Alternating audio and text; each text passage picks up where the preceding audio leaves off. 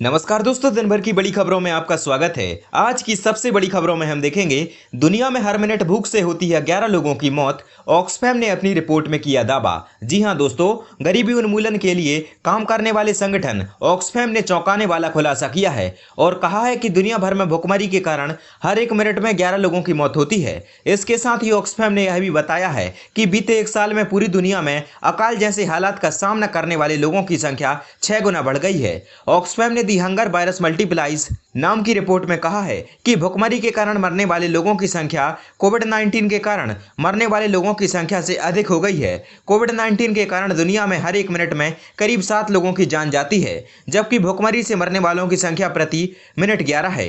इस रिपोर्ट में जिन देशों को भुखमरी में सर्वाधिक प्रभावित की सूची में रखा है वे देश हैं अफगानिस्तान, इथियोपिया, दक्षिण सूडान, सीरिया और यमन। इन सभी देशों में संघर्ष के हालात हैं। और आज की दूसरी बड़ी खबर में हम देखेंगे, योगी आदित्यनाथ ने बढ़ती आबादी को बताया विकास में बाधा, यूपी गवर्नमेंट ला रही नई जनसंख्या नीति। जी हां दोस्तों, उत्तर प्रदेश के मुख्यमंत्री योगी आदित्यनाथ ने सभी नागरिकों को बेहतर सुविधा मुहैया कराने के लिए जनसंख्या नियंत्रण की जरूरतों पर जोर दिया। यूपी सरकार ने बढ़ती जनसंख्या पर काबू पाने के लिए खास प्लान बनाया है और इसके लिए नई जनसंख्या नीति लाने जा रही है। मुख्यमंत्री योगी आदित्यनाथ खुद इस नीति को जनसंख्या दिवस पर 11 जुलाई को जारी करेंगे।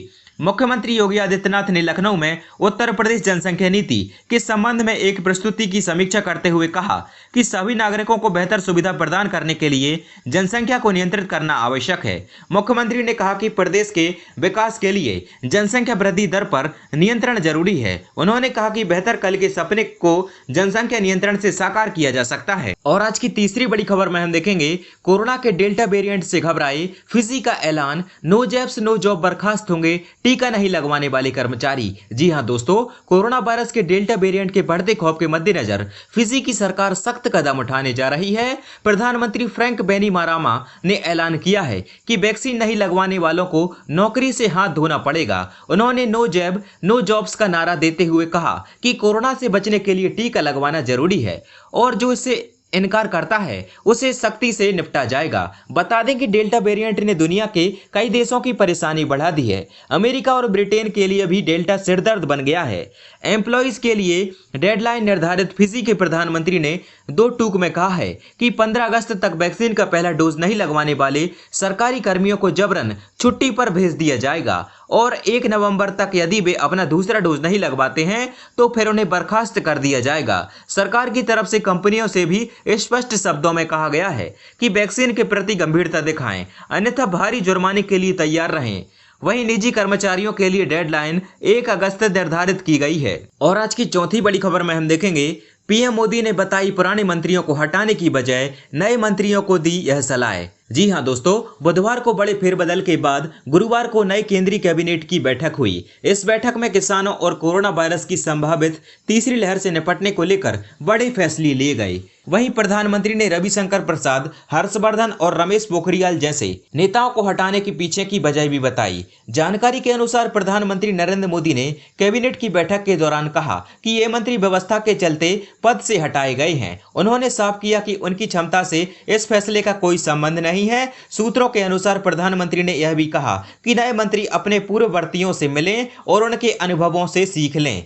अभी तक माना जा रहा था कि इन मंत्रियों का इस्तीफा इनके लचर प्रदर्शन की वजह से लिया गया है, लेकिन शुक्रवार को हुई कैबिनेट की बैठक में मोदी ने इसे लेकर कयासों को लगाम दी और खुद स्पष्ट कर दिया कि कैबिनेट में फेरबदल किसी की क्षमता के आधार पर नहीं बल्कि व्यवस्था के आधार पर किया गया है। एक गलती कोविड से जंग कमजोर कर देगी। समाचार एजेंसी एएनआई ने सूत्रों के हवाले से बताया कि मंत्रिपरिषद की बैठक में प्रधानमंत्री मोदी ने कहा कि पिछले कुछ दिनों से हम भीड़ भाड़ वाली जगहों की कई तस्वीरें और वीडियो देख रहे हैं। उन्होंने कहा कि ऐसे समय में लोग बिना मास्क पहने घूम रहे हैं और शारीरिक दूरी के नियमों का पालन नहीं कर रहे हैं। उन्होंने आगे कहा कि यह दुखद नजारा सही नहीं है और इससे हमें भय की भावना पैदा होने चाहिए। प्रधानमंत्री ने आगे कहा कि ऐसे समय में लापरवाही का कोई स्थान नहीं होना चाहिए। प्रधानमंत्री मोदी ने कहा कि बस एक गलती बड़ा असर डाल सकती है और कोविड-19 के खिलाफ हमारी जंग को कमजोर कर सकती है। प्रधानमंत्री ने कहा कि पिछले महीने के मुकाबले अब कोरोना के मामलों में कमी आई है, इससे लोग बाहर निकलना चाहते हैं। फिर भी सभी को यह जरूर ध्यान रखना चाहिए कि खतरा अभी टलने से बहुत दूर है। कई देशों में संक्रमण के मामलों में तेजी आ रही है, वायरस अपना स्वरूप भी बदल रहा है। और आज की पांचवी बड़ी खबर में हम देखेंगे, एक्शन में नए रेल मंत्री अश्विनी वैष्णव, बदल दिया स्टाफ के काम करने का समय, 2 शिफ्टों में होगा काम। जी हां दोस्तों, नरेंद्र मोदी सरकार के नए रेल मंत्री अश्विनी वैष्णव ने गुरुवार को अपना कार्यभार संभाला। कार्यभार संभालते ही रेल मंत्री ने सबसे पहले अपने स्टाफ के काम करने का समय बदल दिया। जानकारी के मुताबिक रेल मंत्री का स्टाफ अब 2 शिफ्ट में काम करेगा। ये स्टाफ सुबह 7 बजे से लेकर रात 12 बजे तक काम करेगा। कार्यभार संभालते ही एक्शन में दिखे रेल मंत्री। जी हां दोस्तों, रेल मंत्रालय के अधिकारियों का कहना है कि अभी यह आदेश सिर्फ रेल मंत्री के कार्यालय के अधिकारियों और कर्मचारियों के लिए है। हालांकि आगे इसका विस्तार भी हो सकता है। बता दें कि पूर्व नौकरशाह अश्विनी वैष्णव ने बुधवार को मंत्री पद की शपथ ली थी। उन्हें रेल मंत्रालय के साथ ही साथ सूचना एवं प्रौद्योगिकी भी जिम्मेदारी दी है। दोस्तों, इससे पहले रेल मंत्रालय का जिम्मा पीयूष गोयल के पास था, जिन्हें अब कपड़ा मंत्रालय दे दिया गया है। कपड़ा मंत्रालय संभाल रही स्मृति ईरानी को अब महिला एवं बाल विकास मंत्री बनाया गया है। शिक्षा मंत्रालय का जिम्मा धर्मेंद्र प्रधान को दिया गया है। तो अब हरदीप सिंह पुरी पेट्रोलियम मंत्री बन गए हैं। और आज की छठवीं बड़ी खबर में हम देखेंगे, नौसेना ने अपने अड्डों, इकाइयों व पोतों के आसपास 3 किलोमीटर तक ड्रोन उड़ाने पर लगाई पाबंदी। जी हां दोस्तों, नौसेना ने अपने अड्डों, नौसैनिक इकाइयों व अन्य परिसंपत्तियों के 3 किलोमीटर के क्षेत्र में ड्रोन उड़ाने पर प्रतिबंध लगा दिया है। यह फैसला एहतियात के तौर पर लिया गया है। हाल ही में जम्मू कश्मीर में वायुसेना के अड्डे पर ड्रोन से हमला किया गया था। हालांकि इससे बहुत बड़ी क्षति नहीं हुई थी, लेकिन ड्रोन से आतंकी हमले का देश में पहला यह वाकया था। इसके बाद से देश भर में रक्षा प्रतिष्ठानों को सतर्क कर दिया गया है। रक्षा प्रवक्ता ने बृहस्पतिवार को बताया कि नौसेना ने नौसैन्य अड्डे, नौसैन्य इकाइयां और नौसेना संपत्तियों के 3 किलोमीटर के दायरे में ड्रोन जैसी गैर पारंपरिक हवाई वस्तुओं की उड़ान पर रोक लगा दी है। प्रवक्ता ने कहा कि आरपीएफ समेत किसी भी गैर पारंपरिक हवाई वस्तु पर इस रोक का उल्लंघन करने पर उन्हें नष्ट या जब्त कर लिया जाएगा और इसके अतिरिक्त संचालक के खिलाफ भारतीय दंड संहिता आईपीसी की धारा 121 ए, 287, 336, 337 और 338 के तहत कार्रवाई की जा सकती है। पिछले महीने जम्मू में भारतीय वायुसेना के अड्डों पर ड्रोन हमले के मद्देनजर यह फैसला लिया गया है। हमले में वायुसेना के 2 पुलिसकर्मी घायल हो गए थे।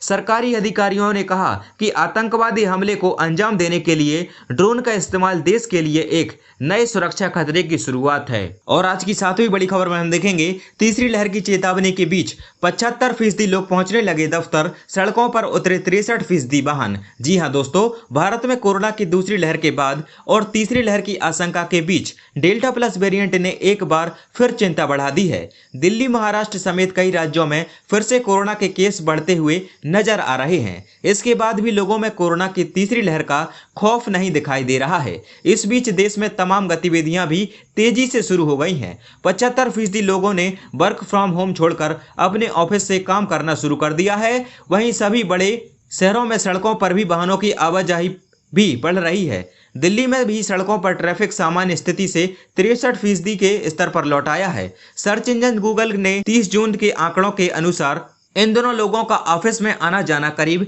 75% के स्तर पर पहुंच गया है। इनमें किराना और फार्मेसी सहित अन्य आवश्यक खरीदारी के लिए जाने वाली यात्रा का स्तर सामान्य से 11% अधिक देखा गया है। वहीं खुदरा और मनोरंजन संबंधी यात्राओं में अब भी 32% की गिरावट देखी गई है। और आज की 8वीं बड़ी खबर में हम देखेंगे, पीएम मोदी ने की देश में ऑक्सीजन की उपलब्धता की समीक्षा, दिए ये निर्देश। जी हां दोस्तों, प्रधानमंत्री नरेंद्र मोदी कैबिनेट विस्तार के बाद फिर एक्शन मोड में आ गए हैं। प्रधानमंत्री ने शुक्रवार को देश में इलाज के लिए ऑक्सीजन की उपलब्धता की समीक्षा की। प्रधानमंत्री नरेंद्र मोदी की अध्यक्षता में आज सुबह 11:30 बजे से शुरू हुई बैठक में ऑक्सीजन की उपलब्धता सुनिश्चित करने के लिए बनाई गई टास्क फोर्स के अफसर भी मौजूद रहे। अधिकारियों ने प्रधानमंत्री मोदी को देश में लगे ऑक्सीजन प्लांट के बारे में जानकारी दी। सूत्रों के मुताबिक बैठक में अफसरों ने प्रधानमंत्री के सामने ऑक्सीजन की व्यवस्था पर प्रेजेंटेशन भी दिया। प्रधानमंत्री मोदी ने कोरोना की चुनौती से लगातार अलर्ट रहने के निर्देश दिया है।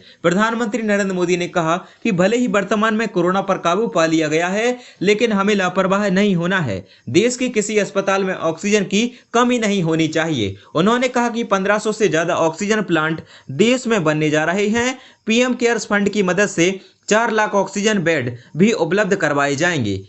जल्द से जल्द ऑक्सीजन प्लांट शुरू होने चाहिए। दोस्तों, आपको बता दें कि कोरोना संक्रमण की रफ्तार में पिछले 2 से 3 दिन में फिर से बढ़ोतरी देखी गई है। बीते 24 घंटे में कोरोना के 43,393 नए केस सामने आए हैं। इस दौरान वायरस से 911 लोगों की मौत हो गई है। वहीं 44,459 मरीज रिकवर हुए। भारत में कोरोना के एक्टिव मामलों की संख्या 4,58,727 हो गई है।